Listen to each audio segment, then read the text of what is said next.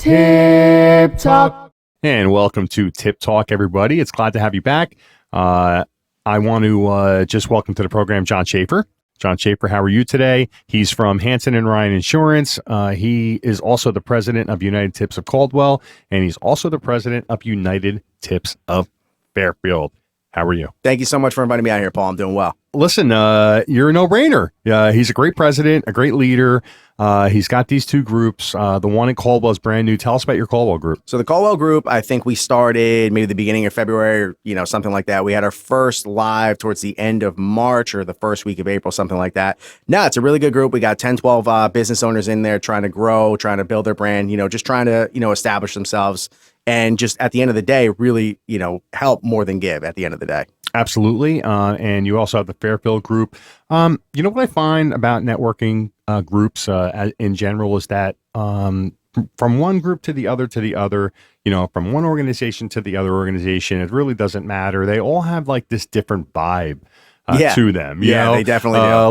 Like if I look at we have a group down in Tom's River, and it's like they all look like you. They're all like guys. They're like beer drinking, swashbuckling, merry band of networkers, right? And then if you look at like North Arlington, it's like a pros pro group. Not that one is better than the other, because the idea is to get referrals and to give referrals. But they all have different vibes, don't they? Yeah, they all have different vibes. And it's kind of like the show pony for UTA, where I've just been like traveling to these different groups and different chapters. You really do start to see the different, not really the different commonalities, but like the different themes throughout the group. Like the North Arlington group is a fantastic group. I go there every other Tuesday, and like that's more of like a button up professional environment and things like that. And, it definitely plays into it too, because of the restaurant that we have our meetings at. It's definitely a more of like an upscale type of vibe and everything like that. And I don't know if you can tell, but looking at me and then looking at the way I speak, I'm kind of like the great value brand of Jason Kelsey, where I'm all about having a good time. And you can see that in my Fairfield groups and my Caldwell groups. They meet at the same location, and for me, networking is about relationship building. That's really all it comes down to, because what I do is you can't buy it. Like, it has to be sold, and you have to trust the person. And that's really what comes down to networking, is you want to be able to trust that person, and because you're about to give that person business, and you want to be able to trust that person. So for me, if I'm all about having a good time, I want everybody else to have a good time too. And for me, that makes it more fun. It makes people want to go to these things and want to be a part of something like that. Every single meeting that we have, we do an icebreaker question. So before we get into it, I have an icebreaker question for you. Are you ready for it? Okay, listen, John. If you were a potato, what type of potato would you be, and how would that be reflective of how it would be to do business with you or, Hanson and Ryan? So in essence, compare... is it the loaded baked potato? Is it waffle fries? Tell me, what is it? So to answer the question, I would be a russet potato. And for me personally, I would be a home fry. Just fry me up with Taylor ham, eggs, cheese, the whole nine, with the side of the home fries, everything like that. As far as the Hanson and Ryan, how I fit into that, I would consider myself the black sheep of Hanson and Ryan. That's kind of how I it's not that it's bad or anything, but, Hanson and Ryan has been around for 176 years, whatever it is, 150. I'm not very good at math, but they've been around for 150 years, and they've built a brand, and they're very well respected in the community. And then here I come, this big bearded guy coming in, going in to talk to people. It's a great beard, by the way. It takes a lot of time and dedication to get a beard this good. And for me, like, it's just a mishmash, and it's like home fries. It's like you got the peppers, you got the onions, you got everything in there, and that's who I am. Where I just want to go out and I want to talk to everybody. That's who I am. That's how I built myself. And as far as how it fits into Hanson and Ryan, you have the prim and proper, which is, you have not necessarily French fries, but it's like a baked potato, right? Then you start to add me in there. Now all of a sudden it becomes like a loaded baked potato, where you got the bacon and the chives and the sour cream and everything. Like, I'm kind of like the icing on top of it. Awesome. Love it. Great answer. And you actually gave your elevator pitch in there. We usually give everybody the 30 seconds to do that. One of the things I'm going to talk to you about, and maybe can help people out there, because this past week in a lot of our meetings, we had questions about, we had some new members, right? Yeah. And the new members, like, they took me aside and they were all like, they were a little nervous, and they were like, Paul, when I do my elevator pitch, do I stand or do I sit? Yeah. And it's like, so I want to kind of get your opinion on that. The education round that we talk about, it's like, sometimes I can't stand myself. the play on words. But what do you think? I mean, it's networking season, right? People are going to networking meetings. You're about to give your elevator pitch. You're about to give your your three-liner. Sit or stand? You have to stand. Why? You have to stand because it brings validity to what you're saying, and you want to control the room. And at that point, when you stand, now all of a sudden everybody's looking at you just instinctively. Like when someone gets up to leave a room, what do? You look and see who's leaving, whether you know them or not. So now if you're going to get up and stand and now deliver your pitch and deliver your elevator, scene, sequence, whatever you might have it, people are going to look to you and are going to pay more attention to you. If you're just sitting down, it just looks like you don't care.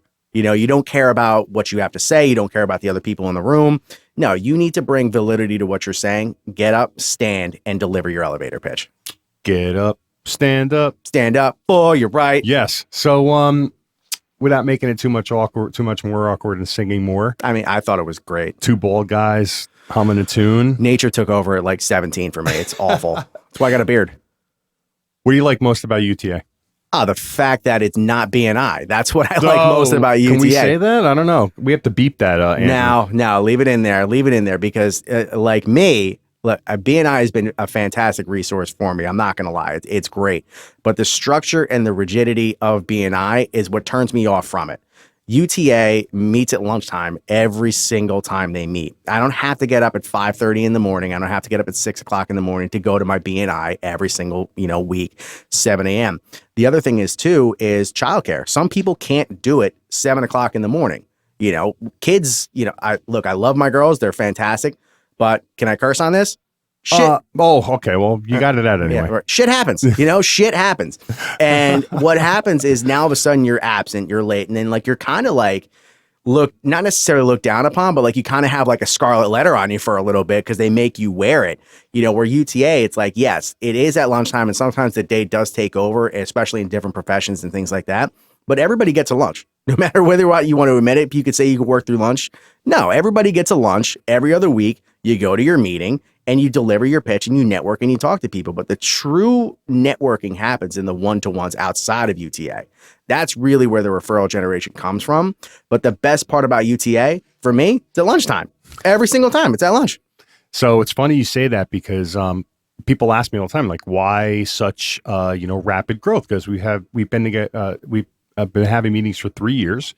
In that 3 years, there's over 25 chapters in New Jersey. It's why? That becomes the question. The question is that we're different. And the main part of it is the lunch versus breakfast thing. Because like you said, if you have kids, if you are not able, to get to a meeting, or you're not that time of day able to do it, well, then networking and being in a group such as this has not been available to you. No. And so that alone has resulted in a tidal wave, a volcano, a rush of applications and interest in UTA that has really kind of grown it and been really the driving force. The other thing that is very different about UTA is that we meet every other week. We don't meet every single week. Not as much of a time commitment. Yeah. And like you said before, it's about, it's not like we don't want our members to meet, more frequently because we do.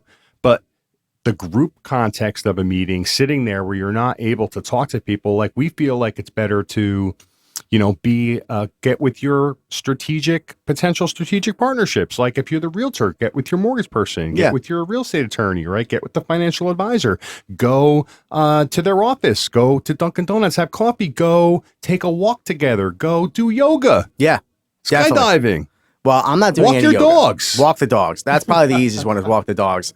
I'm not a yoga person, maybe not a skydiving person. Eventually I will get to skydiving, but a one-to-one doesn't have to be a Zoom. It can literally be anything. It doesn't matter. If you're just sitting on the park bench and you're hey, look, man, I got an hour and a half. I really want to talk to you, but this is the only time where I can do it. But this is where I'm going to be. Is there any shot that maybe we can link up, go somewhere around here? And more often than not, people are going to be receptive to it because they understand hey, if this is going to be a good business partner for me, if we're going to be working together, at the end of the day, you're just hanging out with that person. Typically what I find when you do the first one-to-one is you're not even really talking about business. You're just really getting to know the person. And that's really where the trust and the relationship starts to get built because you're laying the foundation for it. At the end of the day, you want to know who you're sending business to. You want to know who's sending you business. And that's the best part of it. Yeah. And the third thing is that makes us very different is the fact that we don't have tip quotas or referral quotas.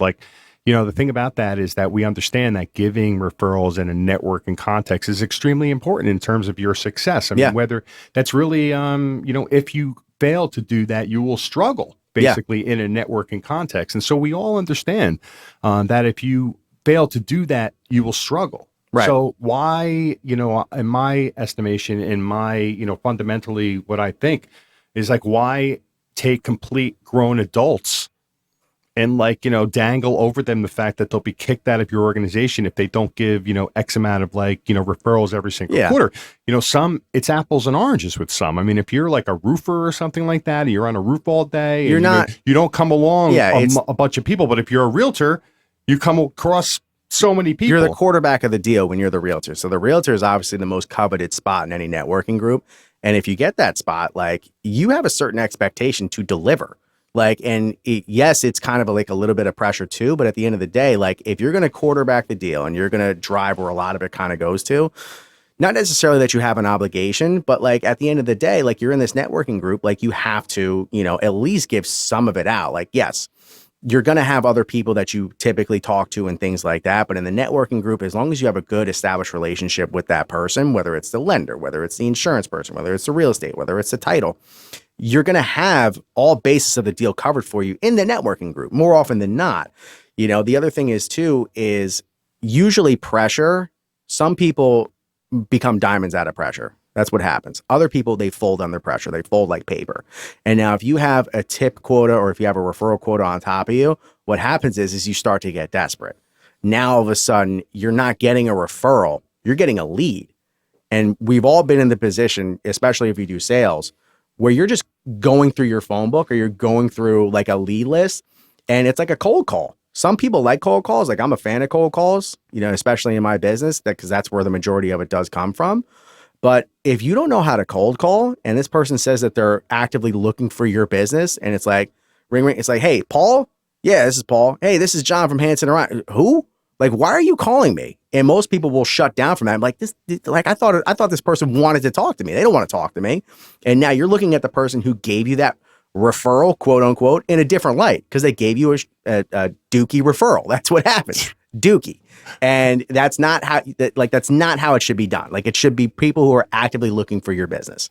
Agreed. And that's really a great point. You stretch for that referral to give it if you under pressure to And so we don't do that. We don't want our members to be on a wild goose chase. We don't want them to get dookie leads. Yes. Okay. Because dookie leads, that's not what we do. We do referrals. And like you intimated there is that there's a difference. Yeah. There's a big difference between referrals and leads. I mean, you buy leads, right? Correct. When you call the lead, they don't know who you are, as you showed right there. They don't. It's a higher barrier for converting that to a sale. Yeah. And frankly, it's a waste of your time because it's just a numbers game at that point. Right. A referral though is based on the relationship, and the referral, the person when you call, they know who you are, right? So this is really the things that make United Tips of America different. So, listen, we need you. Here's what you do. Take out your phone, put in www.unitedtipsofamerica.org. Fill out our membership application. It's very easy. It's very easy process. It's free to do it. It takes 2 seconds. I mean, basically, I'm exaggerating. It maybe takes 20 seconds to do it. Do it. There's no money. Somebody will reach out to you from United Tips of America, and we will answer any questions that you have, and we will give you all the details that you will need to know in order to determine whether UTA is a good fit for your business or not a good fit for your business. So, John, thank you for being on board today on Tip Talk. Thank you for having me. Yeah, and I hope you guys had a good time with this guy. I get to hang out with him after. Where are we going? We're going over to Maggie's or something? 1,000%. There's no shot we're not going to Maggie's. We're going to Maggie's. We have to. Yes, I'll finish my beer this time. Yeah, preferably, yeah. Yeah, so I don't get called out on social media by John. Very upset by you. And so thanks again. Here's the web address on the screen right there. And we'll see you guys next time on Tip Talk.